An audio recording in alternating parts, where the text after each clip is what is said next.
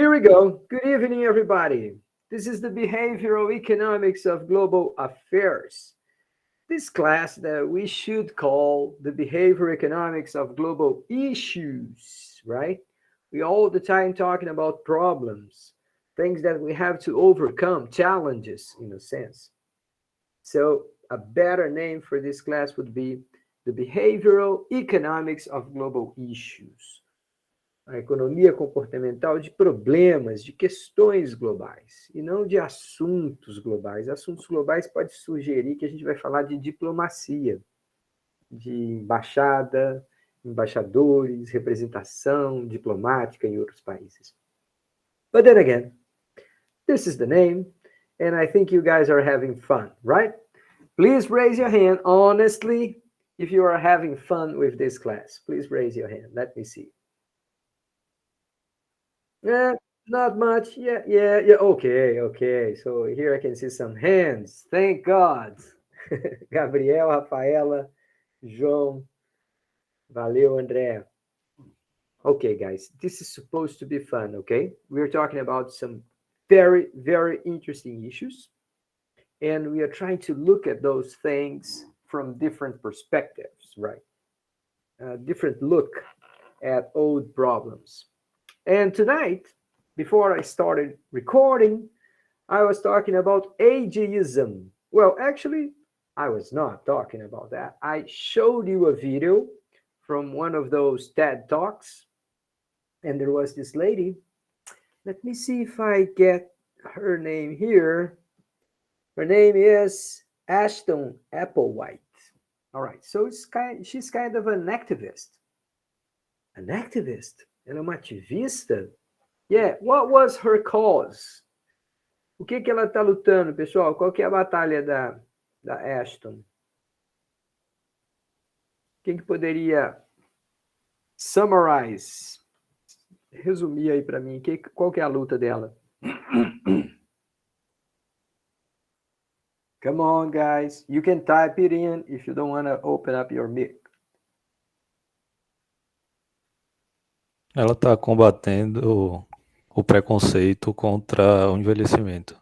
Etarismo, em português, né? Seria. Very good. Muito bom, Antônio. É exatamente isso. Now, she uses a number of arguments, right? She has very good points. So, people are not getting as incompetent as we think they are because they're getting older. People are not getting sicker or as sick as we think they are when they're getting older. So we actually are having prejudice. We're discriminating against those who just are getting old.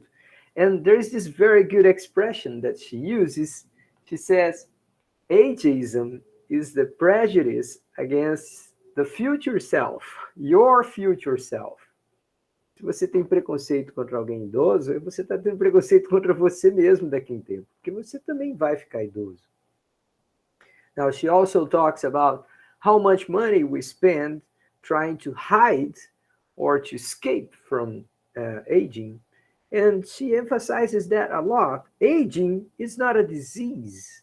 It's a natural process, and we should kind of embrace it at some point and actually try and live the best out of it, right? Envelhecer é natural, mas é muito difícil, pessoal. Vocês ainda são novinhos, vocês não devem nem estar entendendo o que eu estou falando aqui.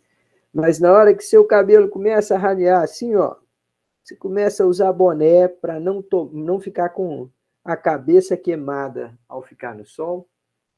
It's only natural that we think less of ourselves. A gente começa a achar que a gente é menos capaz, que a gente não vai dar conta, que talvez a gente não deva tentar fazer coisas muito ousadas, porque, afinal de contas, né, a gente já não é tão novo assim. And those are kind of limiting beliefs. São crenças limitantes. They actually have a huge impact on people's self-esteem, on people's wealth, and on people's health. Então, esse negócio tem fortíssimo impacto na autoestima, na riqueza. As pessoas empobrecem se começarem a pensar assim. E na saúde, elas adoecem por pensar assim. So it's kind of a self-fulfilling prophecy. You believe you're going to get sick, and then you stop taking your walks, you stop having fun, and I don't know, you stop doing the good things in life, and it turns out that you end up getting sick.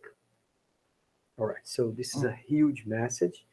And let me see if I get some comments here on how this lady was associating the fight against gender discrimination and age discrimination.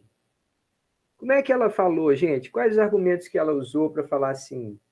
Será que a gente deve desviar a nossa atenção da discriminação racial, da discriminação contra a mulher, para focar na discriminação contra os idosos? E aí ela usa uma série de outros argumentos, que essas duas coisas talvez não andem tão separados. Can anyone help me out with those?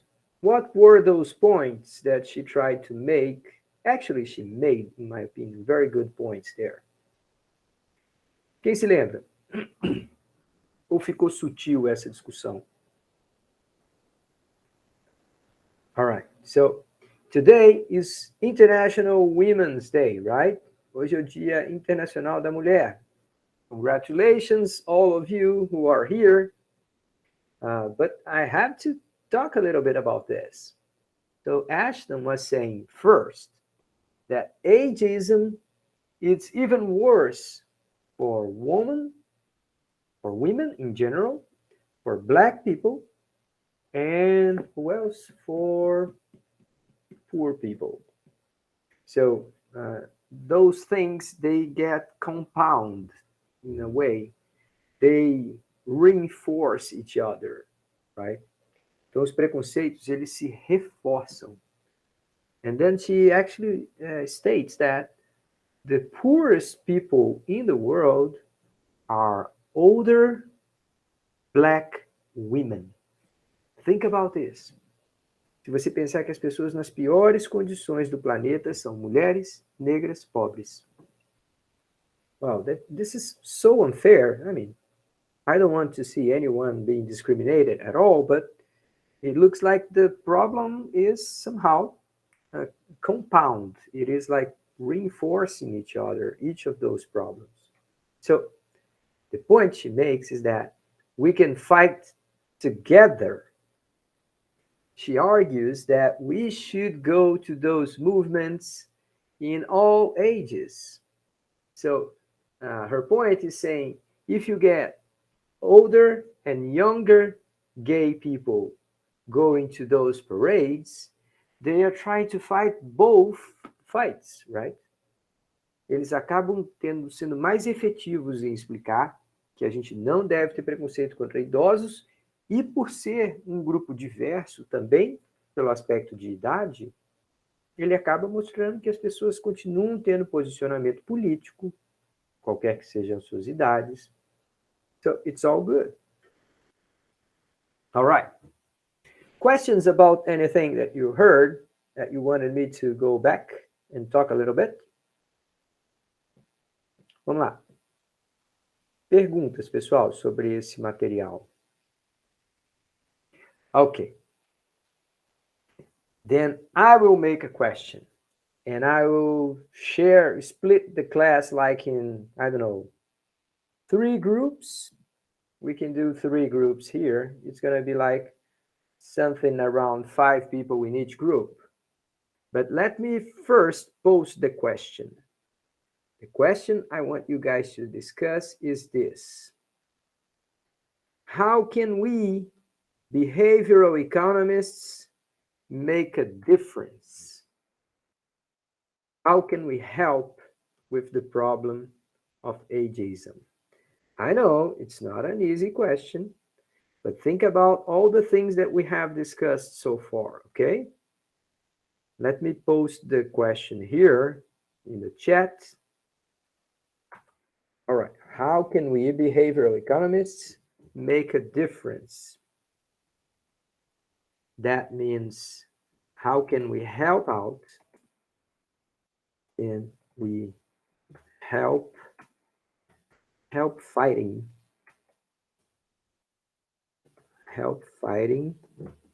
ageism. Oops, ageism. All right.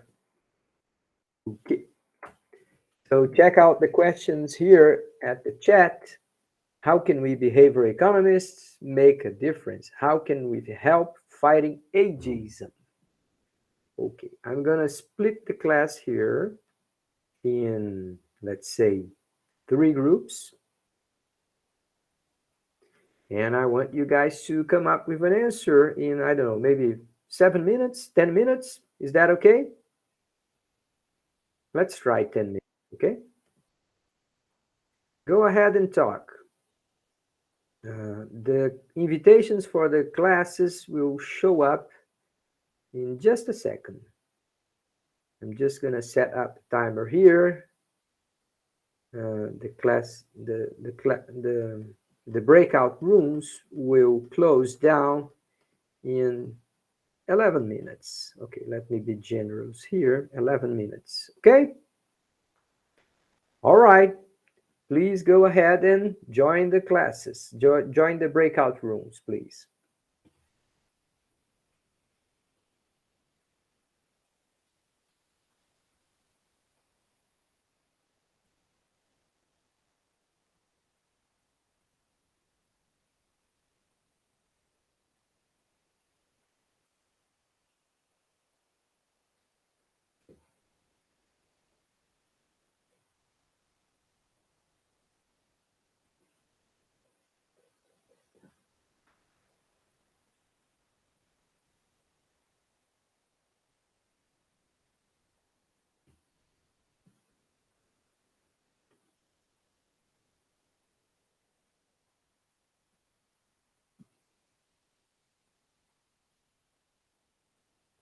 Alguém aqui está tendo dificuldade para entrar em uma sala?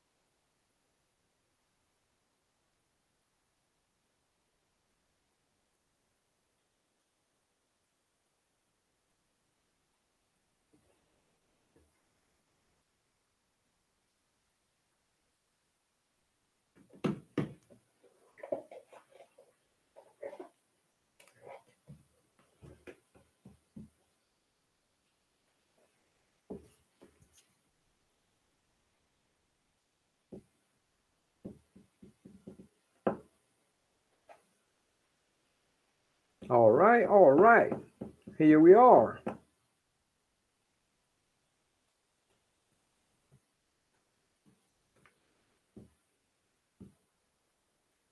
E aí, pessoal, como foram as discussões? All right, I want to hear your opinion. What did you guys come up with so we can fight this sort of discrimination? O que os economistas comportamentais podem fazer para ajudar a gente a combater esse problema, pessoal?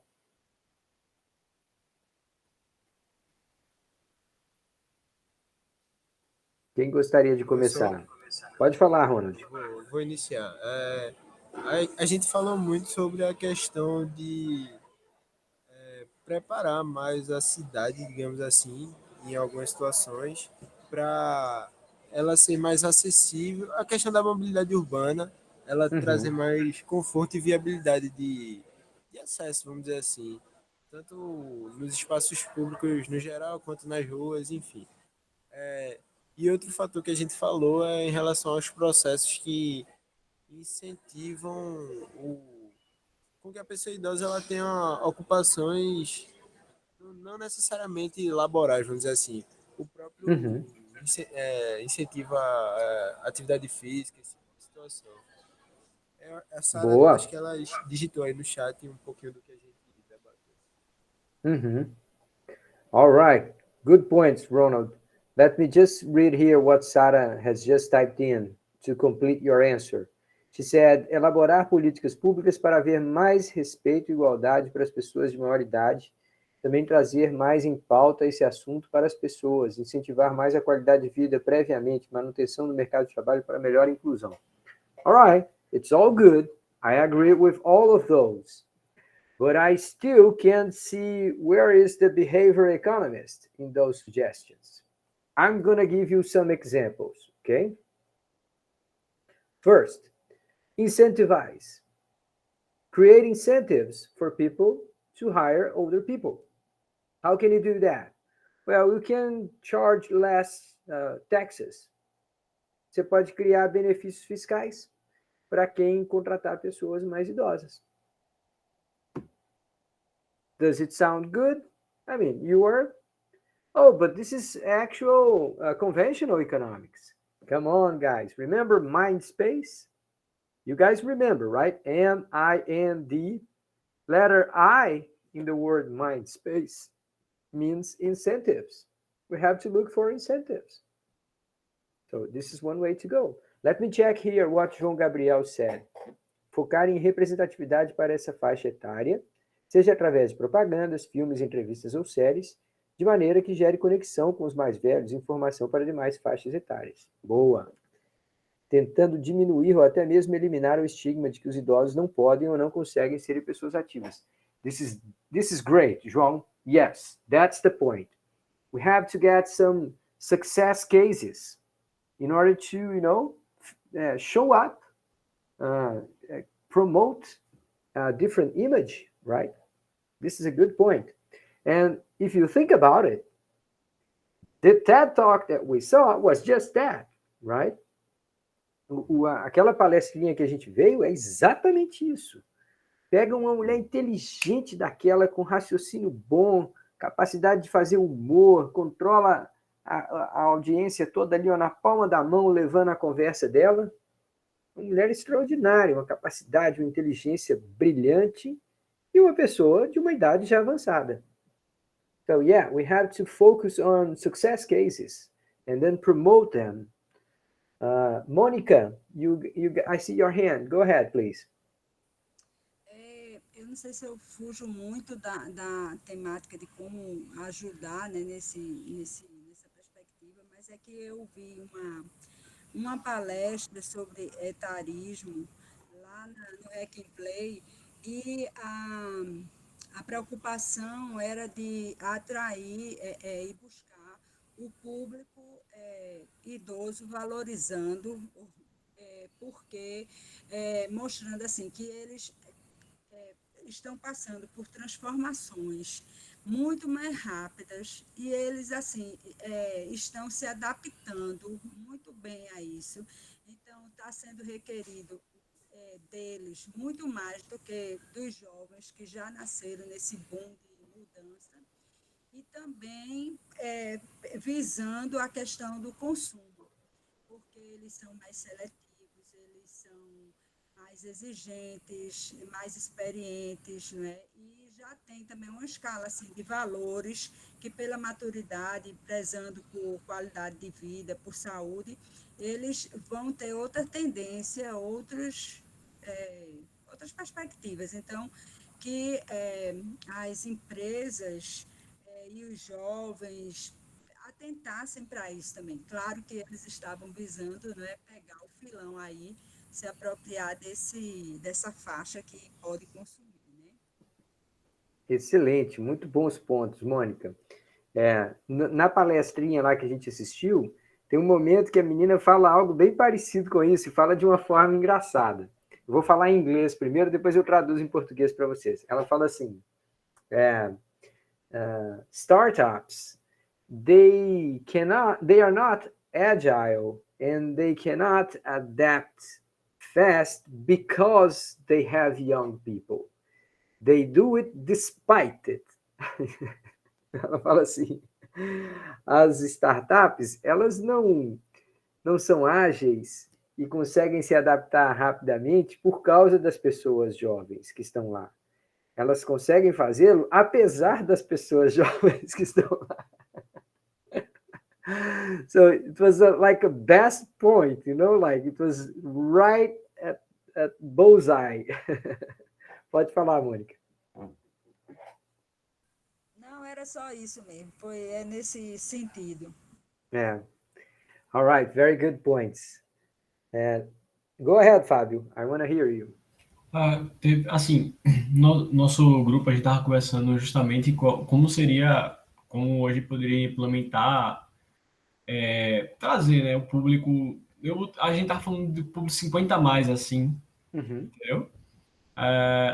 E aí eu lembrei de uma campanha da Empíricos. Da Empíricos, eles estavam contratando pessoas 50 a mais para justamente dar mais credibilidade à empresa, porque como eles eram formados por muitas pessoas novas, muitas pessoas novas, inclusive até o CEO era novo, aí eles estavam precisando realmente de uma senioridade na empresa. E, inclusive, eles estavam contratando pessoas sem experiência mesmo para poder instruí-los dentro da empresa.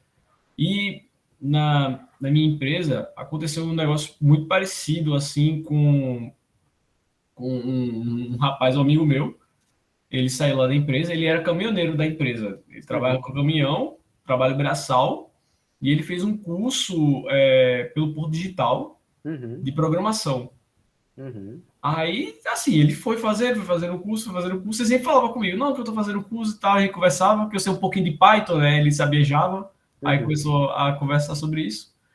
Aí, quando foi algumas semanas atrás, ele foi contratado por uma empresa, começou lá como júnior, né, como programador júnior, developer júnior, e embarcou já tá trabalhando, já desenvolvendo. Agora não lembro o nome da empresa, mas foi muito bom da parte deles, assim, porque realmente é muito difícil, ele tem uns 55 anos já. Aí ele já tem, tipo, ele já tem uma carreira toda trabalhando na parte braçal, assim, e quando ele conseguiu parar para estudar, ele é um bom exemplo de como a educação, né, mesmo independente da idade, faz você crescer, faz você mudar o seu ambiente. That's a very good point, Fábio. And let me just emphasize one thing that you said, but we have to highlight that. Diversity pays. Diversity gives you better results, okay? So companies that are promoting diversity, they do that not only getting together gay and straight, black and white, poor and rich, also young and old people. They get people together, different people think better than the same group of people. All right, so it pays, it increases your results. Okay, Então, existe um argumento econômico para a diversidade, tá, gente? But, in a way, there's also one thing that somehow people don't realize is that older people, many times, they are better at services. Quando é prestação de serviço, atendimento direto ao público, as pessoas que têm maior idade, elas têm mais calma para ouvir, elas sabem ouvir melhor o cliente, elas tomam decisão sem se precipitar, elas não se irritam quando chega um cliente irritado, elas têm um pouco mais de estabilidade emocional para lidar com aquilo. E até a pessoa que chega, às vezes, para fazer uma reclamação, quando encontra um atendente de mais idade, a pessoa baixa a bola, baixa o nível. Ela não vai sair gritando, esbravejando. So, we have to realize that this is also an opportunity, okay? And it's a missed one. Empregar essas pessoas, dar chance a elas, é uma oportunidade. E essa oportunidade está sendo perdida. Let me say one more thing. We talked about the messenger, right? I mean, choose good models to promote this idea. So it's like the importance of the messenger. Sometimes not only the message is important, but the person carrying that message, conveying that message is important too. So the messenger is important. We talk about incentivizing, right? I told you. Yeah, I want to ask you this. What do you guys think about free tickets, free bus rides to older people? O que vocês acham da ideia de passagem gratuita para pessoas idosas nos ônibus? Let me hear from you. Don't be afraid, okay? We're here just talking about ideas. No one's gonna sue you. No one's gonna judge you. What do you think about this policy? Because we have that here in Recife, right? So if you are 65 years or older, you just go in the bus. You don't have to pay. You have to have like a card or something, but you can go straight and use the bus, right? You don't have to pay. What do you think about that?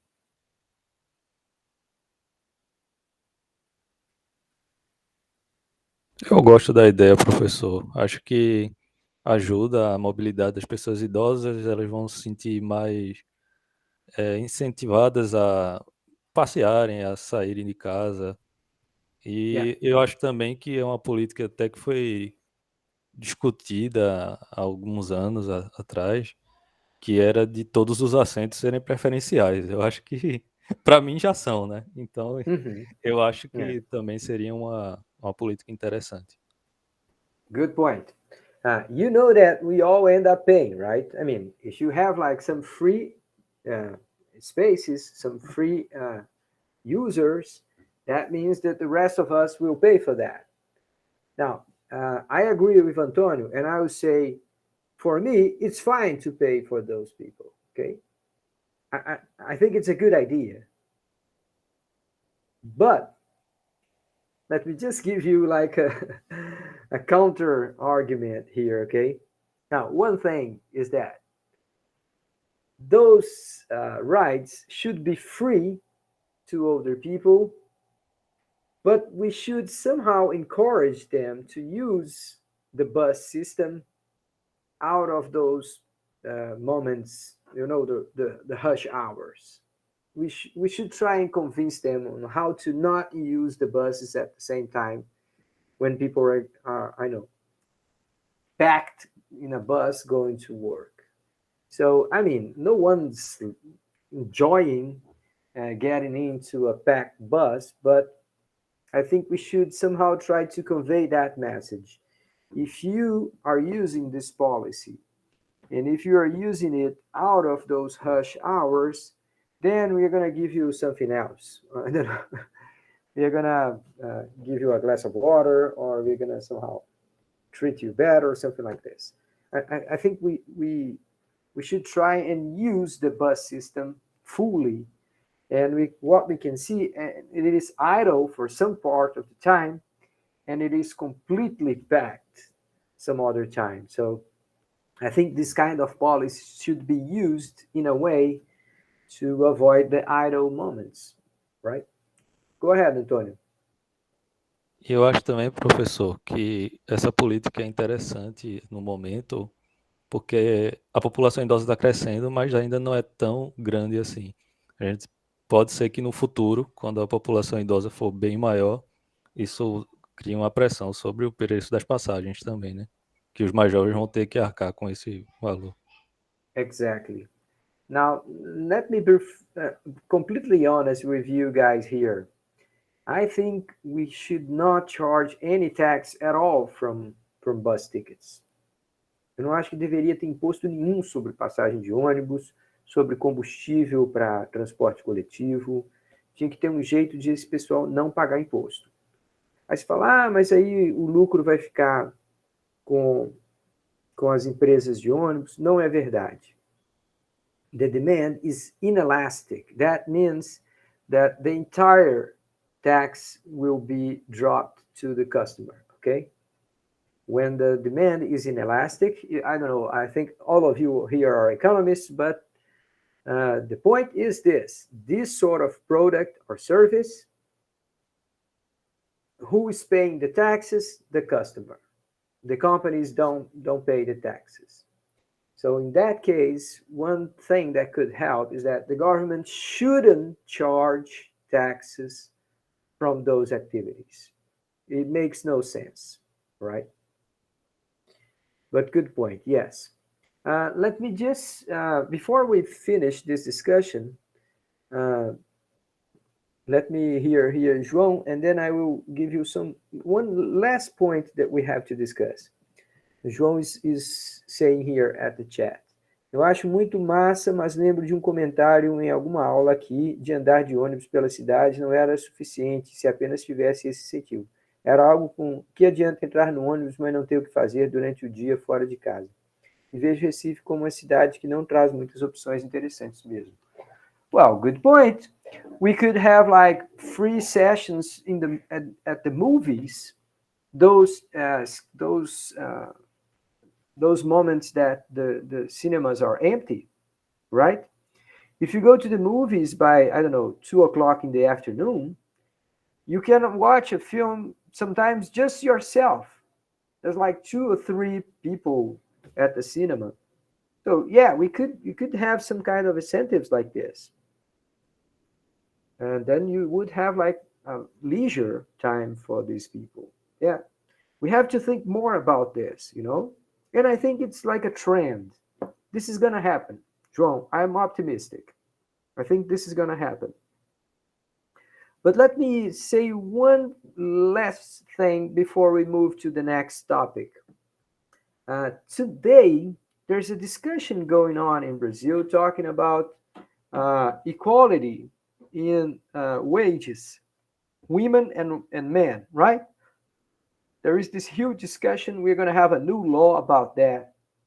Now, if you think a moment, you say, okay, now women and men are going to get the same wage. The first impulse that we have is like, it's fair. Yeah, we should support it. Then you start thinking and say, oh, come on, it's going to lower the wages of everybody. And that's a possibility, right? If you force that the pays are going to be the same, you tend to lower the pays to men. That's a possibility. But you have to stop and think about this. What decides how much a person gets is his or her productivity.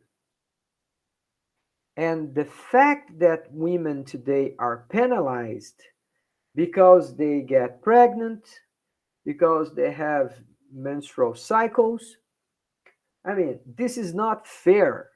We should all pay for it because we are not born out of machines.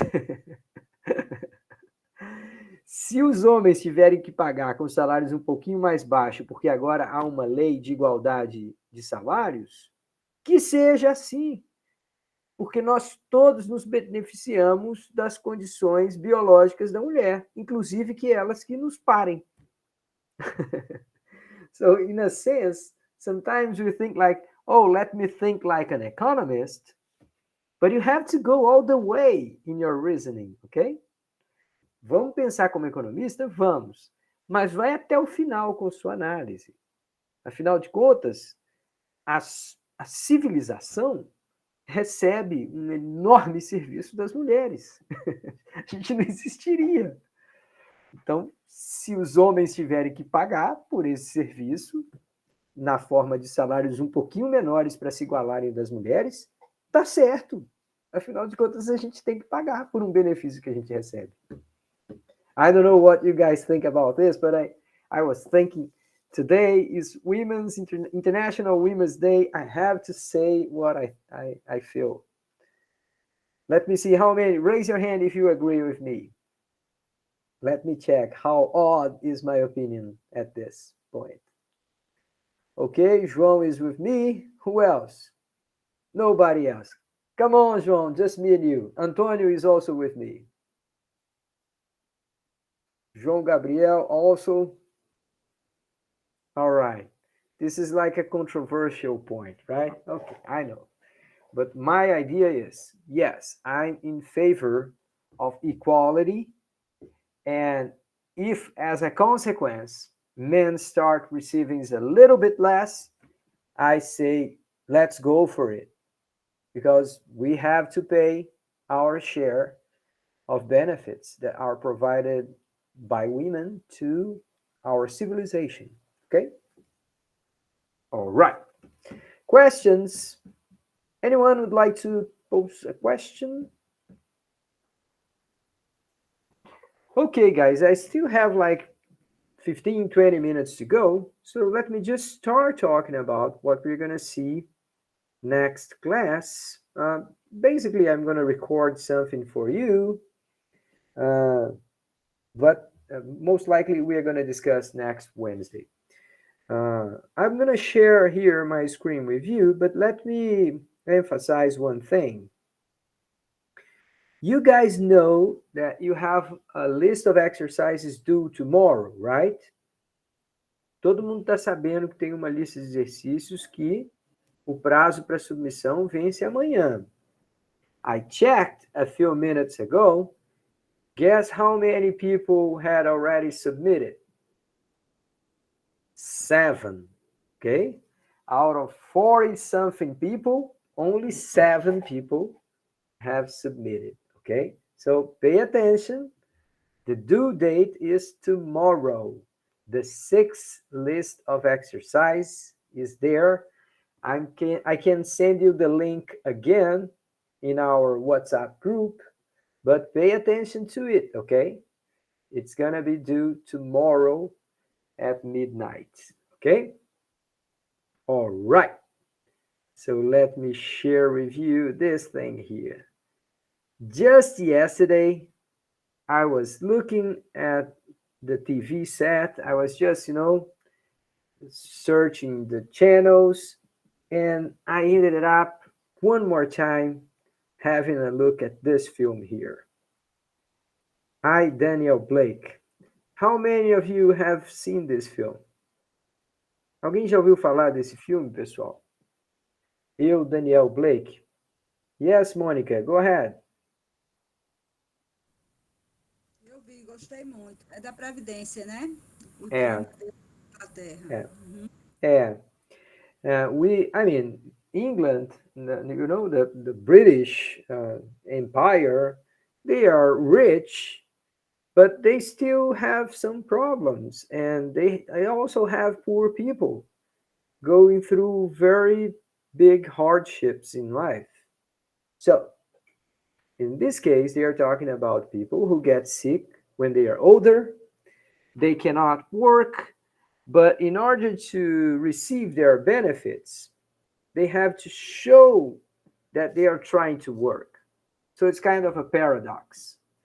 O cara não pode trabalhar porque o médico diz que ele não pode trabalhar. Só que para ele receber o benefício de aposentado por invalidez, ele tem que submeter um monte de papel, pedir, preencher online, visitar 1000 filas, e enquanto isso não acontecer, ele tem que fingir que ele está tentando conseguir emprego. So it's like amazing that we see those things in rich countries. So this film, I'm gonna submit a link for you. So this is gonna be our session on Friday, okay? A atividade de sexta-feira que vem vai ser assistir esse filme. Eu vou colocar o link para vocês, porque esse filme está disponível no YouTube. Now, the bad thing is that the last time I checked, I could only find this film in Portuguese. Eu não consegui achar uma cópia do filme em inglês.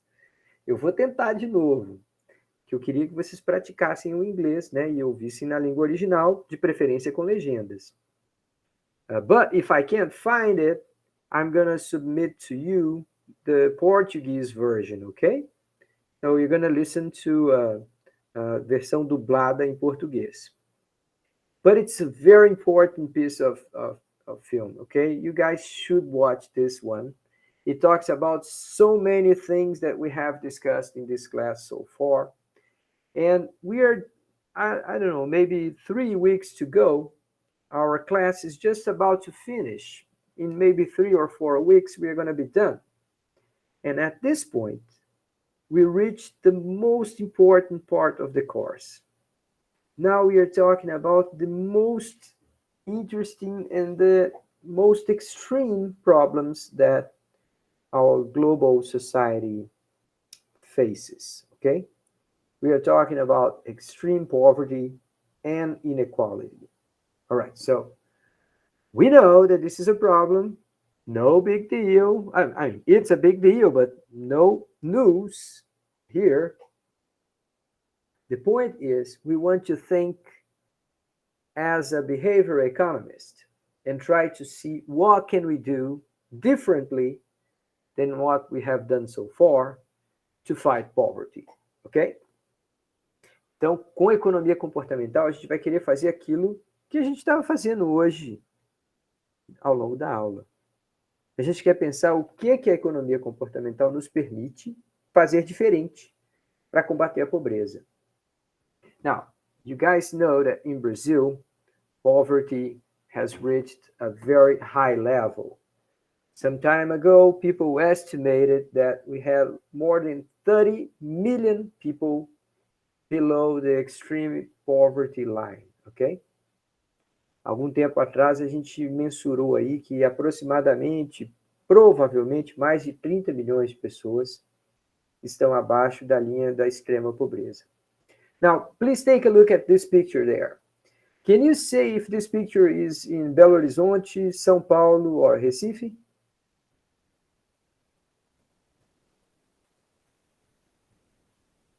What's your guess? What do you guys think? Vocês acham que essa imagem que está aí na frente de vocês é em Recife, é no Rio de Janeiro, é em São Paulo?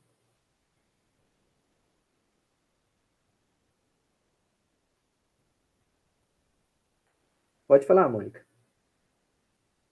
Eu acho que pode ser até fora do Brasil. Yeah, possibly, yes. But no, this one is in Brazil.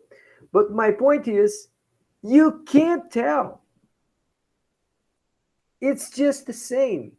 We are talking about the same problem all over Brazil. People living in very vulnerable conditions. Many, many people. The other day, last week, I told you guys, I traveled to São Paulo. I actually had a class with you talking from São Paulo, right? But one of the things that always makes me like, oh, it's when I'm flying over São Paulo, before landing, when the plane is coming to São Paulo, you overfly for, I don't know, 15, 20 minutes of favelas. It's a very, very, very large area with people living in poor conditions. O avião sobrevoa assim por uns 15 minutos. Comunidade, comunidade, comunidade, comunidade, comunidade. Até começar a chegar aos prédios grandes, avenidas bonitas, aquelas grandes avenidas de São Paulo. So we have like a huge amount of people in Brazil that lives in conditions that, I mean, no Brazilian person should be living that way anymore. We are a rich country. We have enough money to get out of this mess. We could have done so a long, long time ago. So we have to think, what's going on here? What's wrong with Brazil? Brazil is a rich country who can take care of his own people, of its own people. So something is wrong here. We have to think about this. This is the behavior economics of global issues. And despite the fact that we are talking about Brazil, this is a global issue because you can see the same image here in Mexico. Some places in America, you're going to see communities like this. Not many, but yeah, you have some places in America like this. You have some places in Europe like this. You have hundreds of thousands of people trying to escape those conditions to live in Europe. They're coming from Africa, from Asia, all over the world. So there's something, there must be something we can do about this, okay? My point is that we have to realize that our situation goes like this. It's called a poverty cycle. From one point, we know that many people go hungry. They live in hunger and they live under very bad health conditions, health and living conditions. Now, because they are under all this stress, most of the times, even when good education is offered, many people cannot succeed, okay? If you are living in these conditions, you can even go to school, but you don't learn. And if you don't learn, you cannot access the opportunities that the job market has to offer. And if you cannot accept those opportunities, you're going to stick with low income for the rest of your life. And that's going to be the same condition that your kids will be born in. All right, so this is like people were locked in this poverty cycle. Sometimes we use the expression poverty trap, armadilha da pobreza. This is a very famous expression in economics, okay? And it refers to the fact that we have very bad physical and human capital. Então, a gente tem uma combinação de infraestrutura precária e de pouco capital humano, pouca educação, pouco aprendizado. If those conditions are present, people get locked for hundreds of years in poverty. If nothing comes up, if we don't change, if we don't break the cycle, it will repeat itself for the rest of eternity. Okay? I don't want to be that pessimistic, but if we don't do anything, if we do nothing, that's what's going to happen for a very long time. Okay? All right, guys, I'm going to stop here because I want you guys to take a look at this video before we proceed. But let me just show you a few more slides to give you an idea of what we're going to talk. We're going to bring back the mind space discussion. We're going to talk about some other theories to explain how people learn socially and how poverty can be a very bad teacher. Okay? We're going to talk about some of the elements that helps people breaking out of those vicious cycles. And we are going to discuss what poverty really is, okay, in terms of cognitive demands, okay? So we're going to go ahead and say what exactly is to be living in very poor conditions, okay? So we're going to look at this from the perspective of someone who is experiencing poverty. So how hard it is to make good options, good choices, good decisions when you are experiencing poverty, okay? I'm going to argue with you here that if you take someone that is educated, rich, good health, and you submit that person to the same level of stress that a person living in a favela experiences, that guy will have as bad decisions as the guys in favelas. Tem experimentos mostrando isso, tá, gente? Se você pega pessoas de boa saúde, educadas, ricas até, e coloca essas pessoas para tomarem decisão sobre o mesmo nível de estresse que as pessoas nas comunidades vivem, as pessoas ricas tomam decisões tão ruins, tão imprecisas, cometem tantos erros quanto qualquer pessoa que está numa comunidade. So, we're going to be talking about that, and that is a very, very interesting subject, okay? All right, guys, so I'm going to stop recording now, and I'm going to let you guys go. I'm going to be here for a few more minutes if you want to speak to me.